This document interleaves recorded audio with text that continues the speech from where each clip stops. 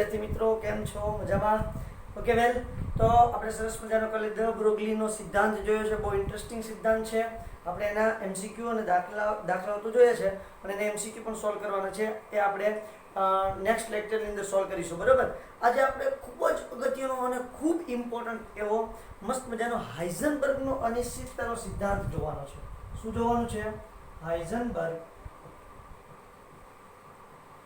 નો અનિશ્ચિતતા નો સિદ્ધાંત. હાઇઝનબર્ગનો અનિશ્ચિતતાનો સિદ્ધાંત આપણે આજે સમજવાનો છે. બહુ જ ઇમ્પોર્ટન્ટ ક્વેશ્ચન છે અને આ ક્વેશ્ચનનું મહત્વ JEE નીટ અને એડવાન્સની અંદર ખૂબ જ છે મિત્રો. એટલા માટે એના વિશે આપણે ડિટેલમાં અભ્યાસ કરવાનો છે. ઓકે વેલ, આ જર્મન વૈજ્ઞાનિક છે. 1924 કે 4 ની આજુબાજુ સાલ આપણે કોઈ બહુ અગત્યની છે નહીં. એણે એવું કીધું છે કે ઇલેક્ટ્રોન જેવા અતિ સૂક્ષ્મ કણ, એટલે કે ઇલેક્ટ્રોન પણ લઈ શકો તમે, બરાબર, તો ઇલેક્ટ્રોનનું સ્થાન અને તેનું વેગમાન એક સાથે ચોક્કસપણે માપી શકાતું નથી. બરાબર. જ્યારે બોહરે શું કીધું છે? ઇલેક્ટ્રોનનું વેગમાન અને સ્થાન આપણે માપી શકીએ છીએ. એને કીધું છે આ કેન્દ્ર છે, અહીંયા ઇલેક્ટ્રોન ફરતો હોય, બરાબર છે, ચોક્કસ પથ છે એનો, એને એવું કીધું છે ને, ચોક્કસ પથ અને કક્ષા નામ આપેલું છે, બરોબર છે. અને એણે કીધું હતું કે જો તમે એનું સ્થાન જાણતા હોય તો તમે એનું વેગમાન એટલે કે વેગ શોધી શકો, બરોબર છે. અને જો વેગ જાણતા હોય તો તેનું સ્થાન શોધી શકો. આવી વાત કોણે કીધી છે? તો કે બોહરે એના સમયમાં કરેલી હતી. જ્યારે અહીંયા હાઇઝનબર્ગે એવું કીધું છે કે ઇલેક્ટ્રોનનું સ્થાન અને વેગમાન એક સાથે ચોક્કસપણે માપી શકાતું નથી. એટલે કે ઇલેક્ટ્રોન જ્યારે તમે એમ વિચારો કે ભાઈ ઇલેક્ટ્રોનનું વેગમાન એટલું છે, તો થોડા સમય પછી એ આ સ્થાન પર હશે, તો એવું શક્ય નથી. બરાબર છે. શું કહે છે હાઇઝનબર્ગ?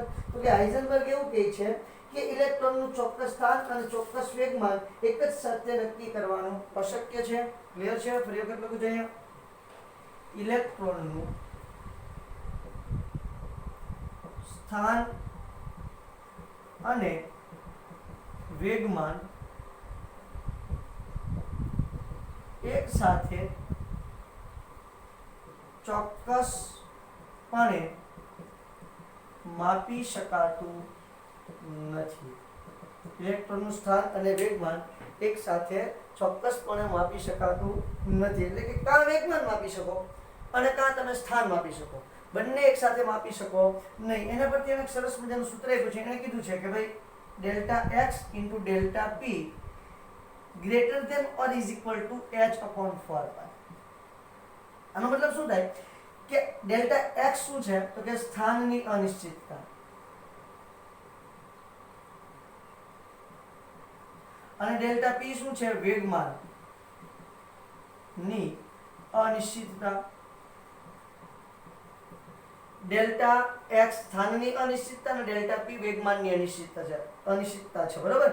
હવે અનિશ્ચિતતા હોય એને આપણે ચોક્કસમાં દર્શાવી શકીએ, એને આપણે સંભાવનાના ગાળામાં દર્શાવવું પડે, એટલે આપણે ડેલ્ટા એક્સ લખીએ છીએ, બરાબર છે. એટલાથી એટલાની વચ્ચે હશે, એવી રીતે અનિશ્ચિતતા એને જ કહેવાય ને. ચોક્કસ હોય તો આપણે સીધું એક્સ કહી દઈએ ને, એક્સ કહી દઈએ એટલે ચોક્કસ સ્થાન થઈ જાય, બરાબર છે. ડેલ્ટા પી કહી દઈએ, એટલે એની સ્થાનની અનિશ્ચિતતા થઈ, અને ખાલી પી કહી દઈએ તો શું થઈ ગયું? વેગમાનની અનિશ્ચિતતા થઈ, અને જો પી કહી દઈએ તો ચોક્કસ વેગમાન થઈ ગયું. પણ આપણે ચોક્કસ વેગમાનની વાત નથી કરતા, કારણ કે વેગમાન ચોક્કસ મળવાનું નથી. જો ચોક્કસ વેગમાન શોધીશું તો આપણને એના સ્થાનમાં અનિશ્ચિતતા જોવા મળશે, અને જો ચોક્કસ સ્થાન શોધીશું તો એના વેગમાનની અંદર અનિશ્ચિતતા જોવા મળવાની છે. આ જે સૂત્ર છે એને થોડું મોડિફાઈ કરીએ અને આનો મતલબ શું છે એ પણ સમજીએ. જુઓ, greater than or is equal to, એટલે આ સૂત્રને છે ને ખરેખર આમ કહી શકાય, delta p is equal to h/4π. પણ આ કેવી છે? ન્યૂનતમ વેલ્યુ છે, મિનિમમ વેલ્યુ છે. એટલે કે જ્યારે તમે બંનેના સ્થાનની અનિશ્ચિતતા અને વેગમાનની અનિશ્ચિતતા, આ બંનેની અનિશ્ચિતતા એક સાથે માપો ત્યારે તમને ઓછામાં ઓછી એટલી મળે, h/4π જેટલી, અથવા તો એના કરતાં વધારે મળે. જુઓ, બરાબર અને ગ્રેટર ધેન ની બે નિશાની મૂકી છે, એટલે એને greater than or is equal to કહેવાય. એટલે જો વધારેમાં વધારે માપો તો શું થઈ જાય? Delta p is equal two infinity, એટલે અનંત સુધી મળે. મતલબ h/4π કરતાં કેવી થઈ જાય? વધારે થઈ જાય. હમણાં તમને માપીને દેખાડું, હમણાં તમને એક્ઝામ્પલ આપું એટલે તમને વધારે ખ્યાલ આવશે. ક્લિયર થઈ છે આખી વાત? ઓકે, આ ન્યૂનતમ મૂલ્યનું હોવું જોઈએ. હવે જો ડેલ્ટા પી એટલે શું થયું? ડેલ્ટા પી એટલે ડેલ્ટા એમ ઇન્ટુ વી.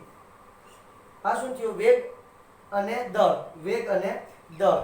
ક્લિયર છે?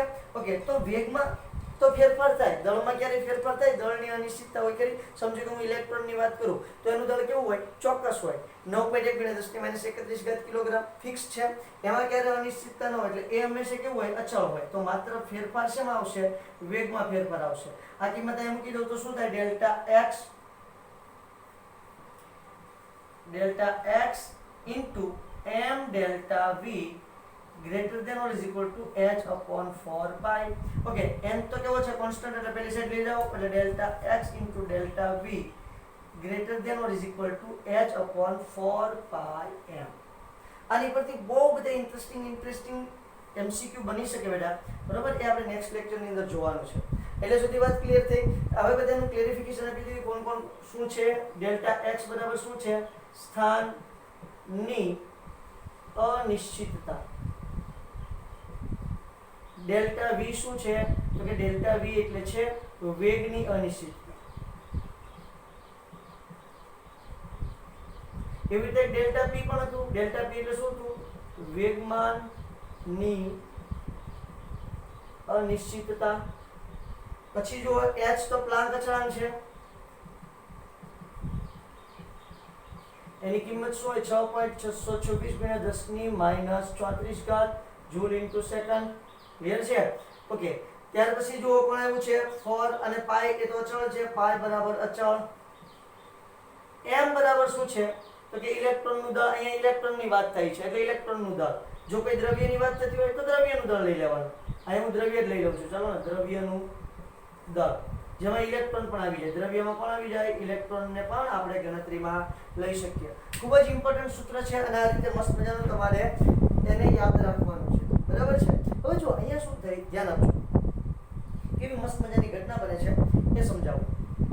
ધારો કે તમે એનો વેગ, ઇલેક્ટ્રોનની વાત કરી, એનો એટલે કોનો? ઇલેક્ટ્રોનનો વેગ તમે ચોક્કસ રીતે નક્કી કરી નાખ્યો છે. બરાબર છે? એટલે એનું જે વેગ છે, વેગનો તફાવત કેટલો થઈ જાય? 0. કારણ કે ચોક્કસ વેગ હોય. સમજો કે તમે વેગ છે શોધ્યો છે 2 મીટર પ્રતિ સેકન્ડ. બરાબર છે? આ ફિક્સ શોધ્યો છે. તો v1 બરાબર 2 મીટર પ્રતિ સેકન્ડ અને v2 બરાબર પણ શું થશે? 2 મીટર સેકન્ડ ઇન્વર્સ. ક્લિયર છે? તો એનો મતલબ શું થાય? ડેલ્ટા v શું થઈ જાય? ડેલ્ટા v v2 v1 બરાબર શું થઈ જાય? 0. એટલે એનો જે તફાવત છે, તફાવત કેવો છે? 0. 0 ક્યારે હોય? જ્યારે ચોક્કસ વેગ શોધી નાખો ત્યારે. સમજો કે તમે વેગ એકદમ ફિક્સ શોધી નાખ્યો છે, ચોક્કસ વેગ તમને મળી ગયો, ડેલ્ટા v બરાબર શું આવી જાય? 0. હવે આ 0 આ સૂત્રની અંદર મલ્ટીપ્લાય કરો. જો એની અંદર એડ કરી દઉં છું તો delta x is equal two, ધ્યાન આપજો, 0 ને હું પહેલી સાઈડ લઈ જાઉં અથવા તો અહીંયા આખું સૂત્ર મૂકી દઉં, પછી આપણે ફેરવીએ તો પણ વાંધો નથી. Is equal two h upon 4 pi m. Clear છે? આ v ને આ તરફ લઈ જાઓ તો ડેલ્ટા x બરાબર શું થઈ જાય? h upon 4 pi m delta v. Delta v ની કિંમત શું થઈ જાય? 0. તો delta x is equal two h upon 4 pi m into 0. હવે 0 કોઈના છેદમાં હોય તો એની કિંમત કેવી થઈ ગઈ? અનંત. એટલે આની કિંમત થઈ જાય ઇન્ફિનિટી. જો કોઈનો વેગ તમે ચોક્કસ શોધી નાખો, ધારો કે ઇલેક્ટ્રોનનો વેગ ચોક્કસપણે તમે શોધી નાખો તો તેના સ્થાનની અનિશ્ચિતતા કેવી થઈ જાય? અનંત થઈ જાય. સેમ ટુ સેમ તમે એનું સ્થાન શોધી નાખો, ફિક્સ શોધી નાખો. ચલો ભાઈ, x બરાબર શું લઈ લીધું છે? તો કે ભાઈ એનું સ્થાન છે એકદમ કેન્દ્રથી ફિક્સ આ અંતરે છે. બરોબર છે? તો એનો જે ડેલ્ટા x જે છે, ડેલ્ટા x ની કિંમત કેવી થઈ જાય? સેમ ટુ સેમ આની જેમ 0 થઈ જશે. ઓકે, તો આ સૂત્રની અંદર પ્રયોગ કરજો તો ડેલ્ટા v બરાબર શું થઈ જાય? h upon 4 pi m delta x. Delta x ની કિંમત કેટલી થઈ જાય? 0. તો h upon 4 થાય કે નહીં એવું? pi m into 0. ચલો, કોઈની કિંમત 0 એટલે એની મૂલ્ય શું થઈ જાય? ઇન્ફિનિટી. એટલે delta v is equal to infinitive. તો એનો બીજો મતલબ એમ થાય કે જ્યારે તમે ચોક્કસ સ્થાન શોધી નાખો તો એના વેગની અનિશ્ચિતતા કેવી થઈ જાય? ઇન્ફિનિટી. અને જો એનો ચોક્કસ વેગ શોધી નાખો તો સ્થાનની અનિશ્ચિતતા કેવી થઈ જાય? ઇન્ફિનિટી. તો અહીં સરસ મજાનું તમને વિધાન લખીને દેખાડી દઉં છું. બરાબર છે? અહીંયા જ વિધાન લખી આપું છું. બરાબર? જેથી કરીને આખું સૂત્ર તમારી પાસે રહે. જો ચોક્કસ સ્થાન મળે તો વેગની અનિશ્ચિતતા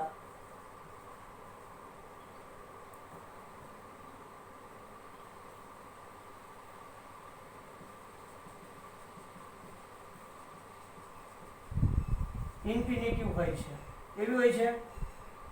વેગની અનિશ્ચિતતા ઇન્ફિનિટિવ હોય છે. અને જો ચોક્કસ વેગ મળે તો સ્થાનની અનિશ્ચિતતા ઇન્ફિનિટિવ હોય. જો ચોક્કસ વેગ મળે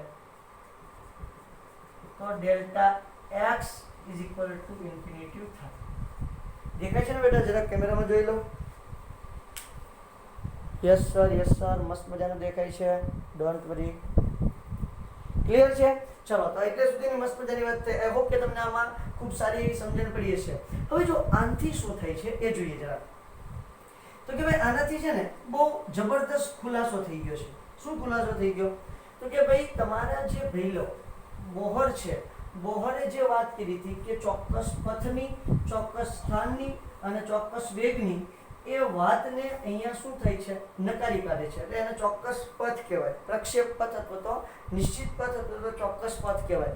એ ચોક્કસ પથની જે વાત છે અહીંયા શું થઈ ગઈ? નકારી કાઢી. ક્લિયર થઈ ગયું? ચોક્કસ પથ એટલે શું થાય? અથવા તો પ્રક્ષેપ પથ કોને કહેવાય? તો કે ભાઈ ફિક્સ કહી શકાય. સમજો કે ભાઈ હું અહીંથી જાઉં છું, બરાબર? મારે અહીંથી મારે સ્કૂલ સુધી જવાનું છે.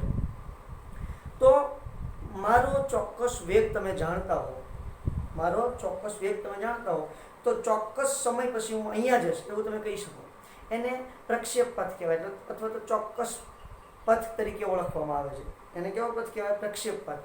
કે કોઈનું તમે સ્થાન જાણતા હોય તો એનું તમે વેગ કહી શકો, અને કોઈનો વેગ જાણતા હોય તો એનું તમે સ્થાન કહી શકો. સમજો કે મારો વેગ જાણો છું, હું અહીંથી નીકળું છું બાઇક લઈને અને 80 કિલોમીટર પ્રતિ કલાકની ઝડપે જાઉં છું, બરાબર? તો તમે એમ કહી શકો કે ચોક્કસ સમય પછી તમે અહીંયા જશો. તો એને શું કહેવાય? પ્રક્ષેપ પથ કહેવાય. પણ અહીંયા એવું શક્ય છે? કોઈ જાતનું આપણે ચોકસાઈ નક્કી કરી શકીએ નહીં. અહીંયા તો શું જોવા મળે? વારંવાર એરર જોવા મળે, મતલબ કે અનિશ્ચિતતા જોવા મળે છે. નિશ્ચિતતા કોઈ જગ્યાએ છે નહીં. એટલે જે બોહરની વાત હતી પ્રક્ષેપ પથની અથવા તો ચોક્કસ પથની, એ વાતને અહીંયા શું થઈ જાય છે? નકારી કાઢે છે. ઓકે ભાઈ, હવે બીજી એક વાત છે કે ભાઈ આમાં છે નક્કી કઈ રીતે કરે છે આ લોકો કે ભાઈ ચોક્કસ સ્થાન કે ચોક્કસ વેગ ઇલેક્ટ્રોનની મદદથી નક્કી કઈ રીતે કરે? તો શું સમજો કે ભાઈ ઇલેક્ટ્રોન બિંદુ વીજભાર છે, બિંદુ ભાર છે. ઇલેક્ટ્રોન આપણે કેવું કહીએ છીએ? બિંદુ ભાર, બરાબર છે? હવે સમજો કે ઇલેક્ટ્રોન બિંદુ ભાર છે એટલે પરિમાણ રહિત, પોતે પરિમાણ રહિત છે, પણ એના જે પરિમાણો હોય x અક્ષ પર કઈ જગ્યાએ છે એ ક્યાં છે એ નક્કી કરવા માટે આપણે શું કરીએ? તો કે આ જે ઇલેક્ટ્રોન છે, અહીંયા ધારો કે ઇલેક્ટ્રોન છે, આ ઇલેક્ટ્રોનનો મારે વેગ નક્કી કરવો છે. શું નક્કી કરવું છે? વેગ. તો ઇલેક્ટ્રોન કેવી ગતિ કરે છે? કણ અને તરંગ બંને સ્વરૂપે હોય છે, બરાબર? તો એ જે તરંગ સ્વરૂપે ગતિ કરતો હોય તો એની જે તરંગ લંબાઈ છે, એની તરંગ લંબાઈ કરતા ટૂંકી તરંગ લંબાઈના મારે કિરણો એના પર આપાત કરવો પડે, અથવા તો ફોટોન આપાત કરવું પડે, પ્રકાશનું કિરણ, કારણ કે મારે ઇલેક્ટ્રોનનું સ્થાન નક્કી કરવું છે એટલા માટે. ક્લિયર થઈ છે? ચલો, તો હું અહીંથી છે ને એના કરતા ટૂંકી તરંગ લંબાઈના કિરણો આપાત કરું છું ઇલેક્ટ્રોન પર. સમજવા જેવી વાત છે બેટા, બહુ ઇન્ટરેસ્ટિંગ વાત છે. કોઈ જગ્યાએ વાત સમજાવેલી નથી. ટૂંકી તરંગ લંબાઈ ના કિરણો હું આપાત કરીશ તો એની આવૃત્તિ કેવી હોય? વધારે. તરંગ લંબાઈ ટૂંકી, આવૃત્તિ વધારે. તરંગ લંબાઈ ટૂંકી તો આવૃત્તિ કેવી છે? વધારે. વધારે આવૃત્તિ તો આવૃત્તિ વ્યુ પ્રોપોર્શનલ ટુ E. ઊર્જાને કેવા પ્રમાણમાં હોય? સમપ્રમાણમાં. મતલબ એની ઊર્જા કેવી છે? વધારે. ધ્યાન આપજો. સ્થાન નક્કી કરવું છે તો જે ઇલેક્ટ્રોનના તરંગ લંબાઈ છે એના કરતા ઓછી તરંગ લંબાઈ વાળા મારે ફોટોન આપાત કરવા પડશે. ઓછી તરંગ લંબાઈ એટલે આવૃત્તિ કેવી થઈ? વધારે. કારણ કે view is equal two c upon lambda. ઓછી તરંગ લંબાઈ તો આવૃત્તિ વધારે. વધારે આવૃત્તિનું કિરણ હું આપાત કરું છું. આપાત કરીશ એટલે શું થશે પહેલા? તો કે એને વધારે ઊર્જા મળશે. ઊર્જા મળશે તો એની જે સ્પીડ હશે એ ગતિમાં શું થાય? ગતિમાં વધારો. તો હું એનું સ્થાન તો માપી લઈશ કે ભાઈ આ સ્થાને છે, પણ એની ગતિ ચોક્કસ કહી શકીશ નહીં, કારણ કે ગતિમાં શું થઈ ગયો છે? વધારો. શા માટે? તો કે એનાથી ઓછી તરંગ લંબાઈ વાળા કિરણો મેં એના પર મારો ચલાવ્યો છે એટલા માટે. ઓકે, એક કામ કરીએ છે શું તો કે વધારે તરંગ લંબાઈ વાળા કિરણ મારી. ઓકે, ચાલો વધારે તરંગ લંબાઈ વાળું કિરણ લઈએ તો શું થશે? તો એની ઉર્જા કેવી છે? ઓછી. તરંગ લંબાઈ વધારે તો આવૃત્તિ ઓછી તો ઉર્જા પણ કેવી છે? ઓછી. ધ્યાન આપજો. હવે એનથી શું થશે? તો એની ગતિ ચોક્કસ જાણી શકાય. વધારે આવૃત્તિનું તરંગ લંબાઈ જ્યારે એના પર આપાત કરીશ, ફોટોનનું આપાત કરીશ, વધારે તરંગ લંબાઈ ધરાવતા ફોટોનને જ્યારે હું ઇલેક્ટ્રોન પર આપાત કરીશ ત્યારે એનું ગતિ જાણી શકાશે, એનો વેગ જાણી શકાશે. પણ આવડી મોટી તરંગ લંબાઈ વાળું કિરણ જ્યારે અથડાય અને મને પાછું મળશે ત્યાં એ જે સ્થાન પર હશે એ સ્થાન મને મળશે ખરું? નહીં, કારણ કે સ્થાન શું થઈ ગયું છે? બદલી ગયું છે. એટલે જ્યારે ચોક્કસ ગતિ શોધીશ ત્યારે એનું સ્થાનમાં અનિશ્ચિતતા આવશે અને જ્યારે ચોક્કસ સ્થાન શોધીશ ત્યારે ગતિમાં અનિશ્ચિતતા આવશે. આ વિધાન અહીંયા મસ્ત વિધાન નોટ કરી લો બેટા, કામ આવશે. અહીં ઇલેક્ટ્રોન સ્થાન નક્કી કરવા ઇલેક્ટ્રોન કરતા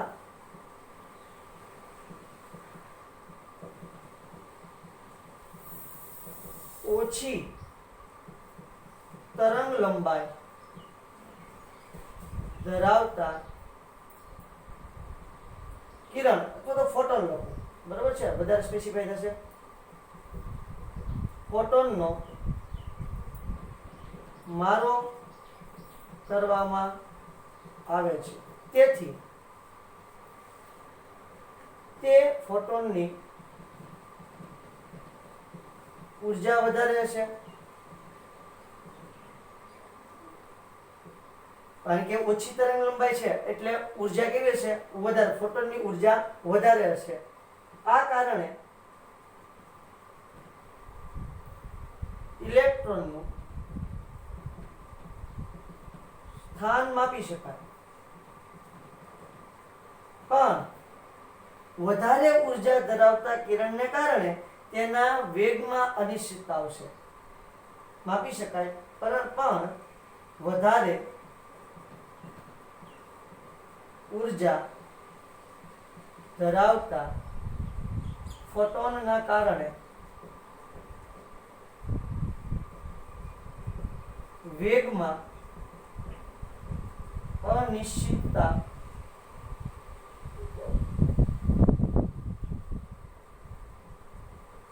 જોવા મળે છે. ક્લિયર થાય? ઓકે, વાત નંબર બીજી. આ પહેલી વાત છે. બીજું, અહીં ઇલેક્ટ્રોનનું વેગ નક્કી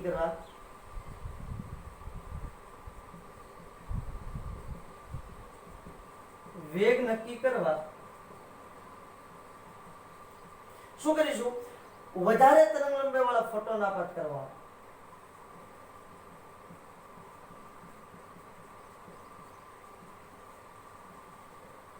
ફોટોન આપાત કરવામાં આવે છે. તેથી ચોક્કસ વેગ મળશે, પરંતુ તરંગ લંબાઈ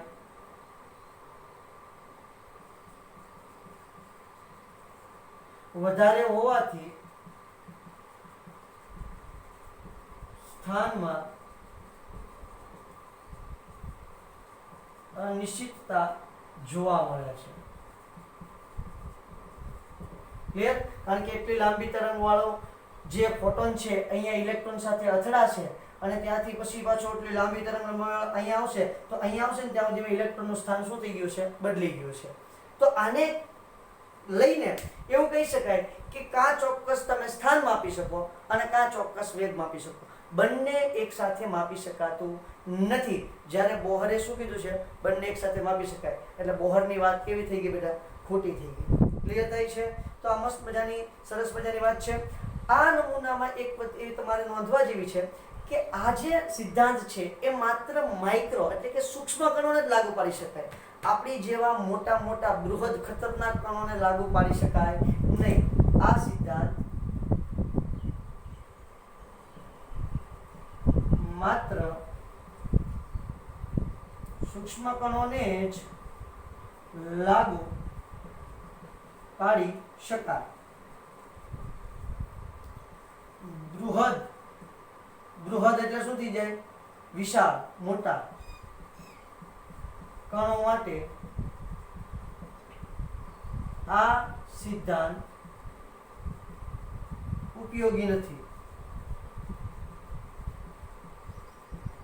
આ સિદ્ધાંત માત્ર સૂક્ષ્મ કણોને જ લાગુ પાડી શકાય. મોટા બૃહદ કણો માટે આ સિદ્ધાંત ઉપયોગી છે નહીં. બરોબર છે. તો આ મસ્ત મજાની હાઇઝનબર્ગના અનિશ્ચિતતાના સિદ્ધાંતની વાત છે બેટા, બહુ ઇન્ટરેસ્ટિંગ છે. એમાં જે મેં તમને આ ઘટના સમજાવી છે આ ખૂબ અગત્યની છે. એ લગભગ કોઈ જગ્યાએ નથી આનું વર્ણન આપેલું. બરોબર છે, જે બહુ અગત્યનું છે અને સમજવા માટે બાળકોને ખાસ કરીને હાઇઝનબર્ગની અનિશ્ચિતતાનો સિદ્ધાંત નથી સમજાતો. એનું મેઇન કારણ આ હોય છે, બાળકો વિચારે છે કે કઈ રીતે બનતું છે, કે ભાઈ અનિશ્ચિતતા કઈ રીતે આવતી છે? વેગ શોધીએ તો સ્થાન અનિશ્ચિત થઈ જાય, તો સ્થાન શોધીએ તો વેગ અનિશ્ચિત થઈ જાય, કેમ બનતું છે? તો આ રીતે બને છે.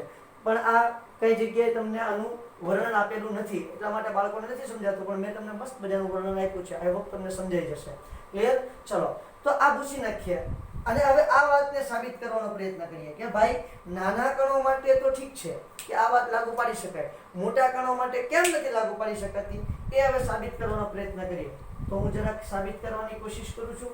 અને આજે હું તમને બહુ જ જબરદસ્ત એક વસ્તુ શીખવવાનો છું. એ વસ્તુ બહુ જ અગત્યની છે. કારણ કે શું અગત્યની છે ને એ હું ત્યારે જ કહીશ, અત્યારે નહીં કહું. આ વાત છે એને આપણે સાબિત કરવાનો પ્રયત્ન કરીએ કે આ નિયમ જે છે, આ સિદ્ધાંત જે છે એ માત્ર સૂક્ષ્મ કણોને લાગુ પાડી શકાય, મોટા કણોને કેમ ના લાગુ પાડી શકાય, તો જોઈએ છીએ. ધારો કે પહેલા હું થોડું વધારે દળ ધરું, જો કે તમારી ચોપડીની અંદર છે એક્ઝામ્પલ છે, બરોબર, પણ આપણે બીજા અલગ એક્ઝામ્પલ લઈએ જેથી કરીને તમને ખ્યાલ આવે. તમારે ચોપડી લેવું હોય તો એ પણ લઈ શકાય. ચલો ચોપડીનું લઈએ એટલે તમે વધારે પુસ્તકનું એક્ઝામ્પલ હોય તો વધારે ખ્યાલ આવશે. 1 માઇક્રોગ્રામ દળ ધરાવતો કણ હોય તેના સ્થાન અને વેગની અનિશ્ચિતતા શોધો. ચલો, આ તમારે પુસ્તકની અંદર જ આપેલું છે, બરોબર. તો 1 માઇક્રોગ્રામ એટલે 10⁻6 કિલોગ્રામ થયું. હા કે ના? અરે ભાઈ સોરી, 10⁻6 ગ્રામ થશે. ક્લિયર છે? 1 માઇક્રોગ્રામ એટલે 10⁻6 ગ્રામ થાય. એટલે એનું દળ બરાબર શું થાય? તો કે 1 × 10⁻6 ગ્રામ. બરોબર છે. એનું તમારે ડેલ્ટા x × ડેલ્ટા v, વેગ અને સ્થાન બેની અનિશ્ચિતતા તમારે એક સાથે શોધવાની છે. એટલે આપણે સૂત્ર મૂકી દઈએ h/4πm. સીધું સૂત્ર મૂકી દઈએ. બહુ સિમ્પલ સૂત્ર છે અને આપણે બહુ સારી રીતે જાણીએ છીએ. કઈ નવીન અને પહેલી વખત તમારી સમક્ષ આવ્યું નથી કે જેથી કરીને તમને સમજાય નહીં. બરોબર છે? બહુ સીધું છે અને મસ્ત છે. ઓકે, 1 માઇક્રોગ્રામ દળ ધરાવતો કણ હોય અને તેના વેગની અનિશ્ચિતતા શોધો. તો વેગની અનિશ્ચિતતા શોધવાની છે. માઇક્રોગ્રામ છે, અહીંયા ગ્રામ આપ્યું છે. હવે જો અહીંયા હું લેવા જઈશ ને તો આ h નું મૂલ્ય કિલોગ્રામમાં હશે. તો આ માઇક્રોગ્રામ છે એને ગ્રામમાં ફેરવી, સોરી મિલી હશે. તમારી પુસ્તકની અંદર બેટા મિલી છે, મિલીગ્રામ રાખીએ, બરાબર. તો એને કિલોગ્રામમાં ફેરવીને એટલે 10⁻6 કિલોગ્રામ થઈ જશે. કારણ કે 1000 ગ્રામ વાળે તમારે એનું શું કરવું પડે? ભાગ. જો તમે અહીંયા માઇક્રો લેશો તો પણ પ્રોબ્લેમ નથી. જો માઇક્રો લ્યો તો શું થશે? 1 માઇક્રોગ્રામ બરાબર શું થઈ જાય? 1 × 10⁻9 કિલોગ્રામ થઈ જશે. એટલે કોઈ પ્રશ્ન નથી. બરાબર છે? મિલી લ્યો કે માઇક્રો લ્યો તો એનો કોઈ વાંધો આવશે નહીં. આ તો મેં અહીંયા તમારા પુસ્તકની અંદર મિલી છે, મને યાદ આવી ગયું. તો અહીંયા પણ કેવું આવશે? મિલી જ આવશે. તો આપણે મિલી જ લઈએ એટલે તમે વધારે સારી રીતે સમજી શકો.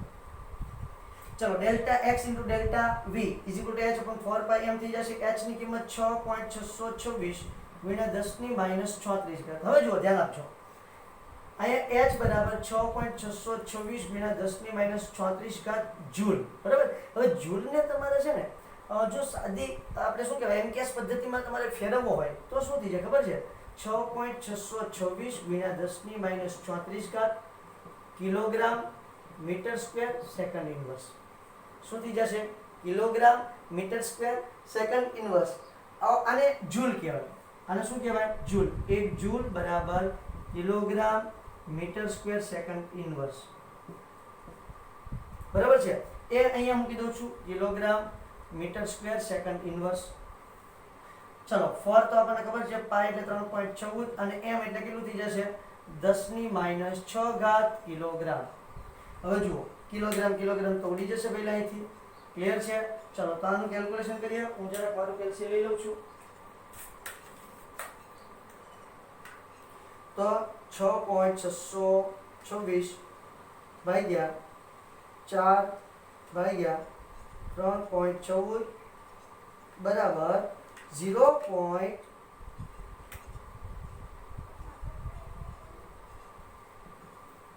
75. બરાબર. હવે 10 ની ઘાત જોઈએ છે. 10 ની ઘાત કેટલી થાય છે એ જરાક આપણે નોટ કરી લઈએ. કોઈ કિંમત મૂકવાની બાકી નથી રહી ગઈ ને બેટા? બરાબર. તો જરાક જોઈ લેજો. તમારી રીતે મૂકવાની રહી ગઈ હોય તમારી રીતે સુધારો કરી નાખવાનો. ચલો તો હવે એની ઘાત જોઈએ. આ -6 ઉપર જશે એટલે ગુણ્યા 10 ની કેટલી ઘાત થઈ જાય? તો -6 આમાંથી જાય એટલે 10 ની -28 ઘાત થશે. બરાબર. -6 ઉપર જાય એટલે કેવી થઈ જશે? +6. -34 + 6 એટલે -28 ઘાત. એકમ શું આવશે? Metre square second inverse. હવે આ મૂલ્યને તમે જુઓ છે એટલે શું થાય તો કે ભાઈ 0.52. આને કઈ વાંધો નહીં, એને જવા દો. આ જુઓ ખૂબ સૂક્ષ્મ મૂલ્ય થઈ ગયું. 10 ની -28 ઘાત એટલે કેવું મૂલ્ય થઈ ગયું? એકદમ સૂક્ષ્મ મૂલ્ય થઈ ગયું. તો એને આપણે કેમ નોંધવું? તો આપણે માપી શકીએ નહીં. મતલબ કે આ થોડો વધારે દળ ધરાવતો પદાર્થ છે. હવે એની જગ્યાએ જુઓ હું ઇલેક્ટ્રોન લઉં છું. ઇલેક્ટ્રોનનું દળ કેટલું હોય છે? 9.1 ગુણ્યા 10 ની -31 ઘાત કિલોગ્રામ દળ ધરાવતા ઇલેક્ટ્રોનની વેગ અને સ્થાનની અનિશ્ચિતતા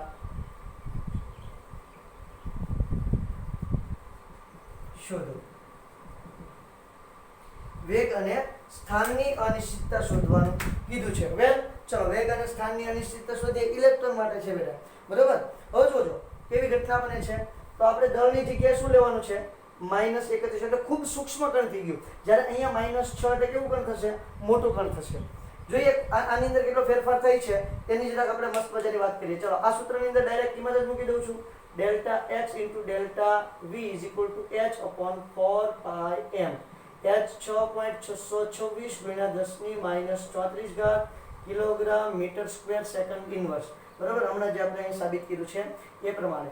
ચલો 3.14 અને 9.1 ગુણ્યા 10 ની -31 ઘાત કિલોગ્રામ. કરું છું ફરી વખત કેલ્ક્યુલેશન કરું છું. ચલો 6.626 ભાગ્યા 4 ભાગ્યા 3.14 ભાગ્યા 9.1. તો અહીંયા જવાબ આવશે 0.05797 0.05797 ગુણ્યા. હવે જો આ 10 ની -31 ઘાત ઉપર જાય એટલે કેવી થઈ જાય? 10 ની +31 થઈ જશે. તો +31 - 34 એટલે 10 ની -3 ઘાત જ રહેશે. ક્લિયર થાય છે કે વાત? એકમ શું આવશે? કિલોગ્રામ કિલોગ્રામ ઉડી જશે એટલે મીટર સ્ક્વેર સેકન્ડ ઇન્વર્સ. ચલો તો આ મૂલ્ય જો 10 ની -3 ઘાત આ ખૂબ વધારે છે. આ મિલીમાં લઈ શકાય? મિલીમીટરમાં આવી ગયો જવાબ આપણો. ક્લિયર થાય છે કે વાત? તો આને આપણે માપી શકીએ પણ એટલું નાનું મૂલ્ય આપણે પ્રાયોગિક રીતે માપી શકીએ નહીં. જ્યારે એટલું નાનું મૂલ્ય હોય તો એને આપણે માપી શકીએ. ક્લિયર થાય છે? ઓકે. એમાં આપણે જો થોડું ફેરવીએ તો 0.5797 ગુણ્યા 10 ની -4 ઘાત મીટર સ્ક્વેર સેકન્ડ ઇન્વર્સ. બરાબર છે? આવું આપણને મૂલ્ય મળે છે. હવે જો એમાંય તે ફિક્સ થઈ ગયું. આ કોના બરાબર છે? ડેલ્ટા x * ડેલ્ટા v આના બરાબર છે. હવે એમાંય મને ખ્યાલ હોય ધારો કે આપણે સ્થાનની અનિશ્ચિતતા 10 ની -8 ઘાત મીટર રાખી દઈએ. કેટલી રાખી દઈએ છે? ઇલેક્ટ્રોનનું સ્થાન છે એ કેન્દ્રથી 10 ની -8 ઘાત મીટર અંતરે રહેલું છે. ક્લિયર? તો આની કિંમત હું 10 ની -8 ઘાત મૂકી દઉં તો જુઓ 10 ડેલ્ટા v = શું થઈ જશે? આને કાઢી નાખું છું. આની કઈ જરૂર છે નહીં. આનાનું મૂલ્ય છે તમારા પુસ્તકમાં પણ કાઢી નાખ્યું છે. અહીંયા લઈ લો 10 ની -4 ઘાતના છેદમાં 10 ની -8 ઘાત. ધ્યાન આપજો. અહીંયા મીટર સ્ક્વેર સેકન્ડ ઇન્વર્સ અને એ શું આવશે? મીટર. તો મીટર સ્ક્વેર મીટર ઉડી જાય એટલે વચ્ચે શું -8 ઉપર જાય એટલે 10 ની 4 ઘાત થઈ ગઈ. 10 ની 4 ઘાત મીટર * સેકન્ડ ઇન્વર્સ. તો એના વેગની અનિશ્ચિતતા કેટલી હશે? 10 ની 4 ઘાત મીટર પ્રતિ સેકન્ડ ઇન્વર્સ હશે. એટલે કે એટલાની વચ્ચે એનો વેગ આવેલો હશે સ્થાનની અનિશ્ચિતતા જોયા પછી. બરાબર છે? એવી રીતે જો વેગની અનિશ્ચિતતા જોઈ લો તો પણ શું આવશે? તમારું સ્થાનનું કિંમત મળી જાય. વેગ મીટરમાં મળી જશે. સીધી વાત. ક્લિયર થાય છે આખી વાત? ઓકે, તો આ રીતે એને સાબિત કર્યું છે કે જો ભાઈ મોટું કદ હોય અથવા તો વધારે દળ ધરાવતો પદાર્થ હોય, મોટા કદનો પદાર્થ હોય, તો એના તમારે સ્થાન અને વેગની અનિશ્ચિતતા માપવી હોય તો પ્રાયોગિક રીતે માપી શકાતી નથી.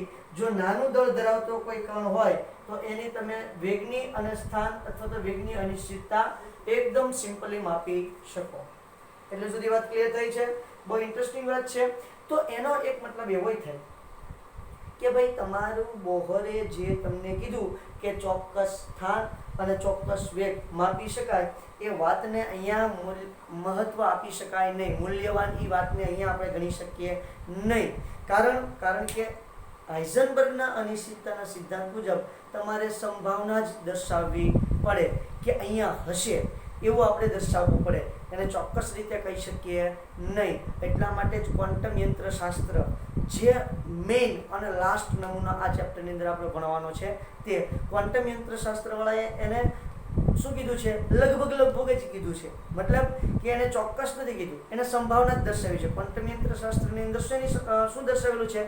તો કે ઇલેક્ટ્રોનનું જે સ્થાન છે અને જે વેગ છે એની સંભાવના જ દર્શાવેલી છે, ચોક્કસ રીતે કીધેલું નથી. એટલા માટે હાઇઝનબર્ગનો અનિશ્ચિતતાનો સિદ્ધાંત અને દ બ્રોગલીનો સિદ્ધાંત જે છે, દ બ્રોગલી સમીકરણ જે છે, એ તમને ક્વોન્ટમ યંત્રશાસ્ત્રના નમૂના તરફ લઈ જાય છે.